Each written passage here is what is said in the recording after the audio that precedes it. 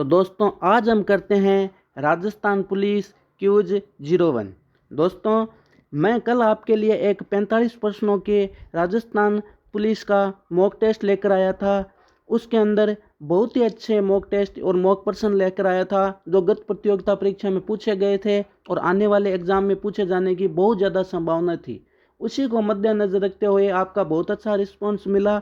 आज मैं आपके लिए लेकर आया हूँ राजस्थान पुलिस की क्यूज फर्स्ट।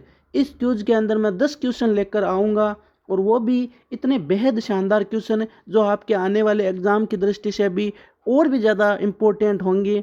वो प्रश्न तो मैं आपके लिए राजस्थान मॉक टेस्ट के तो वो तो लेकर आऊँगा ही आऊँगा, प्लस मैं आपके लिए ये एक 10 प्रश्नों की क्यूज भी लेकर आऊँगा आज से। तो आप इस क्यूज को ज़्यादा से ज़्यादा शेयर कीजिए। जिस स्टूडेंट के 10 में से अगर 7 भी % सही होते हैं तो उसकी बहुत अच्छी तैयारी चल रही है, मेरा वादा है। तो आइए हम शुरुआत करते हैं फटाफट पहले प्रश्न से। तो पहला क्वेश्चन है हमारा, भारतीय दंड संहिता में कौन सी धारा एलिजिबिलिटी मुद्दे से संबंधित है? आपके पास है 3 सेकंड का समय। पहला प्रश्न है, भारतीय दंड संहिता में कौन सी धारा एलिजिबिलिटी मुद्दे से संबंधित है? फटाफट बताइए मेरे प्यारे दोस्तों, भारतीय दंड संहिता में कौन सी धारा एलिजिबिलिटी मुद्दे से संबंधित है?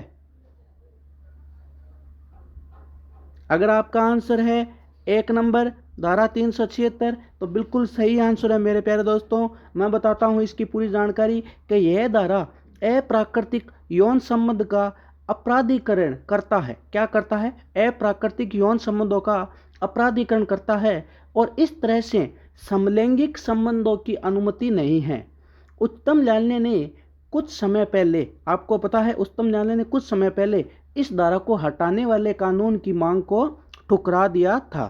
तो एलिजिबिलिटी मुद्दे हैं वो यौन संबंधों का अपराधीकरण करता है और इसे समलैंगिक संबंधों की अनुमति नहीं प्रदान करता है। तो भारतीय दंड संहिता में कौन सी धारा एलिजिबिलिटी मुद्दे से संबंधित है? तो धारा 376 है, वह एलिजिबिलिटी मुद्दे से संबंधित है। आगे बात करते हैं नेक्स्ट क्वेश्चन की। बहुत अच्छा क्वेश्चन है, रीजनिंग का प्रश्न है कि निम्नलिखित विकल्पों में से बेजोड़ अक्षरों को सुनिए। तो आपको पता है, देखो इन ऐसे प्रश्नों के लिए हमें ABCD वर्णमाला का क्रमांक याद होना बहुत ही कंपलसरी है। आपको पता है O कितने नंबर पर आता है? 15, R 18 और U 21। अब देखो इन तीनों में डिफरेंस कितने आए? 3-3 का है। देखो गौर से देखो आप, इनमें भी 3 का, इनमें भी 3 का। उसी प्रकार आप 2 नंबर में देखो H कितने पर आता है? 8 नंबर पे, और K आता है 11 नंबर पर, और N 14 पर, यानी इनमें भी तीनों में 3-3 नंबर का डिफरेंस है। अब बात करते हैं 3 नंबर की। CFI, C आता है 3 पर, F 6 पर और I 9 पर, यानी इनमें भी 3-3 का डिफरेंस है। अब बात करते हैं हम FJ और M। आपको पता है देखो F कितने पर आता है? 6 पर, J आता है 10 पर और M आता है 13 पर, यानी ये जो क्रमांक है ये थोड़ा सा भिन्न है उन तीनों क्रमांकों से। इसलिए हमें क्या पूछा है? निम्नलिखित विकल्पों में से बेजोड़ अक्षरों को सुनिए। तो बेजोड़ अक्षर है 4 नंबर FJM। क्या है? FJM। मेरे ख्याल से समझ गए होंगे।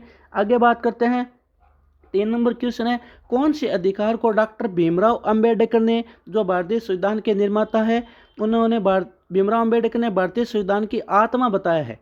अब देखो मैं बताता हूँ, आपके पास है 4 ऑप्शन। संपत्ति का अधिकार, धर्म की आज़ादी का अधिकार, समानता का अधिकार या फिर संवैधानिक उपचार का अधिकार।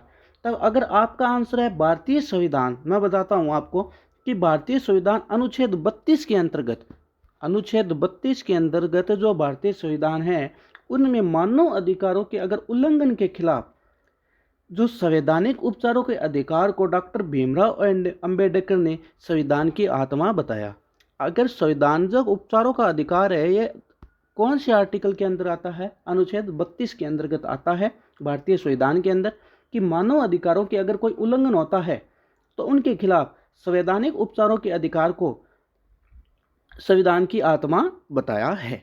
ठीक है, अब बात करते हैं नेक्स्ट क्वेश्चन की कि दुधवा बांध किस नदी पर स्थित है? दुधवा बांध किस नदी पर स्थित है? आपके पास है 4 ऑप्शन। सरस्वती, गोदावरी, तुंगभद्रा और महानदी। दुधवा बांध किस नदी पर स्थित है? फटाफट मुझे आंसर आप कमेंट बॉक्स में दो फटाफट। नहीं पता? मैं बताता हूँ, दुधवा बांध है महानदी पर स्थित। अब बताता हूँ इसकी संपूर्ण जानकारी। देखो दूधवाबाद भारत में छत्तीसगढ़ के धमंतरी जिले में स्थित है। कहाँ पर है? भारत के अंदर है, और भारत के अंदर भी छत्तीसगढ़ के अंदर है। वहाँ पर एक जिला है धमंतरी नाम का, वहाँ पर स्थित है। इस बांध का निर्माण 1953 में हुआ था और 1964 में समाप्त हुआ था। यह महानदी पर स्थित है, और महानदी पर भी एक गांव है, उस गांव का नाम है सिहावा। क्या नाम है? सिहावा। और सिहावा से 21 किमी और कांकर से, वहाँ महानदी पर एक गांव और है कांकर, कांकर से 29 किमी की दूरी पर दूधवा गांव में बनाया गया है। तो दूधवा बांध किस नदी पर स्थित है? तो आपका आंसर क्या होगा? महानदी पर। मैं आपको प्रत्येक क्वेश्चन के अंदर इतनी जानकारी दे दूंगा कि 1% तो आपका क्लियर होगा ही होगा, उसके अलावा 3-4 क्वेश्चन और क्लियर हो जाएंगे मेरे प्यारे दोस्तों। बस आप चैनल पर जुड़े रहिए और ज़्यादा से ज़्यादा लोगों को जोड़ दीजिए इस पर। बस अगला क्वेश्चन है, निम्न शब्दों को उनके शब्दकोश के क्रम में व्यवस्थित कीजिए तथा तीसरे नंबर पर आने वाला शब्द बताइए। तो देखो ये बहुत ही अच्छा क्वेश्चन है, रीजनिंग का है, 1 नंबर का क्वेश्चन आसानी से आता है। तो देखो सी सब में है, सी सब में है, सबका कट जाएगा। ओ भी सब में है। देखो जो वर्णमाला का क्रमांक होता है सी सब में है, ओ सब में है, एन सब में है। ठीक है, एन सब में आपको दिख रहा है। देखो एस भी सब में है, जो क्रम वाइज चल रहा है, EIOPI। अब देखो क्या जोड़ो जाता है, EIOP और I। अब मुझे ये बताओ, जो ये 5 अक्षर है EIOPI, इनमें से सबसे छोटा अंग्रेजी वर्णमाला के अंदर कौन सा अक्षर है आपके हिसाब से? मेरे हिसाब से तो भाई ई है। तो ई वाला जो है वह क्या हो जाएगा? 1 नंबर पर आ जाएगा अंग्रेजी वर्णमाला के अनुसार। भाई इसका काम खत्म हो गया, इसे छोड़ दो, 1 नंबर भी आ गया ये। ठीक है, अब भी ई हमारे हाथ से निकल गया। अब कौन कौन बचा, क्या क्या था, एक बार वापस नोट कर देता हूं। EIO SS तक तो कंप्लीट थे, EIOP और I। अब मुझे बताओ ई का काम जब कंप्लीट हो गया तो रहा कौन? IOPI। अब भाई आई 2 में है। देखो आई नीचे भी है कंसाइन में, और आई कंसाइडर में भी है। हमें कौन सा अक्षर बताना है? तीसरा। हमें पहला नंबर अक्षर मिल गया, तो आई दोनों कट गए। अब आई के बाद में दोनों में कौन सा अक्षर है? देखो ऊपर तो है कंसाइडर और नीचे है कंसाइन। तो मुझे ये बताओ आप कि पहले डी आता है या पहले जी आता है? पहले डी आता है तो 2 नंबर हो गया ये, और 3 नंबर हो गया नीचे वाला कंसाइन। और हमें क्या पूछा गया है कि निम्न शब्दों को उनके शब्दकोश के क्रम में व्यवस्थित कीजिए। कर लिया। ठीक है, तीसरे नंबर पर आने वाला शब्द बताइए। तो तीसरे नंबर पर जो शब्द आएगा वह आएगा कंसाइन। ठीक है, आगे बात करते हैं। अगला क्वेश्चन है, राज्यसभा के सदस्यों का चुनाव कौन करता है? राज्यसभा के सदस्यों का चुनाव कौन करता है? बहुत ही इंपॉर्टेंट प्रश्न है, संविधान से लिए हुए प्रश्न है ये सारे के सारे। अब आपके पास 5 सेकंड का समय है, आप मुझे आंसर इसका कमेंट बॉक्स में बताओ, फटाफट बताओ। जो चैनल पर आज नए हैं चैनल को सब्सक्राइब कर लो, लाइक कर दो, शेयर कर दो, कमेंट कर दो, अपने दोस्तों को फटाफट बुला लो। तो देखो मैं बताता हूं कि राज्यसभा के सदस्यों का चुनाव करते हैं, वह करते हैं विधानसभा के निर्वाचित सदस्य। 2 नंबर ऑप्शन होगा, विधानसभा के निर्वाचित सदस्य। धारा 80 के आधार पर अनुपात प्रतिनिधि के जरिए एकल हस्तांतरणीय मत से ये जो विधानसभा के सदस्य वह चुने जाते हैं। कैसे चुने जाते हैं? धारा 80 के आधार पर अनुपात प्रतिनिधि के जरिए एकल हस्तांतरणीय मत से क्या होते हैं? चुने जाते हैं। अगले बात करते हैं नेक्स्ट क्वेश्चन की, कि संविधान के निम्नलिखित भागों में से कौन सा अंतर्राष्ट्रीय शांति और सुरक्षा कायम करने के लिए बताता है? अंतर्राष्ट्रीय शांति और सुरक्षा कायम करने के लिए कौन सा बताता है? तो प्रस्तावना बताता है, या मौलिक कर्तव्य बताता है, या राज्य के नीति निर्देशक सिद्धांत बताते हैं, या इनमें से कोई नहीं बताता है। अगर आपका आंसर है 4 नंबर राज्य के नीति निर्देशक सिद्धांत, तो बिल्कुल सही आंसर है मेरे प्यारे दोस्तों। देखो मैं संपूर्ण जानकारी देता हूं आपको इसकी, कि संविधान के अनुच्छेद 51 के अंतर्गत आते हैं राज्य के नीति निर्देशक सिद्धांत। और ये क्या कहते हैं कि राज्य की अंतर्राष्ट्रीय शांति और सुरक्षा को बढ़ावा देने की कोशिश, राष्ट्र के बीच सम्मानजनक संबंध बनाए रखना, और एक दूसरे के साथ संगठित लोगों के व्यवहार में अंतर्राष्ट्रीय कानून और संधि के दायित्व के लिए पालक सम्मान को बनाए रखने और लोगों की मध्यस्थता के द्वारा अंतर्राष्ट्रीय विवादों के निपटारा जो होता है उनको खत्म करके लोगों को प्रोत्साहित करना। क्या करना? प्रोत्साहित। एक बार वापस बताता हूँ कि संविधान के अनुच्छेद 51 के अंतर्गत आता है। क्या क्या कार्य होता है इसके अंदर?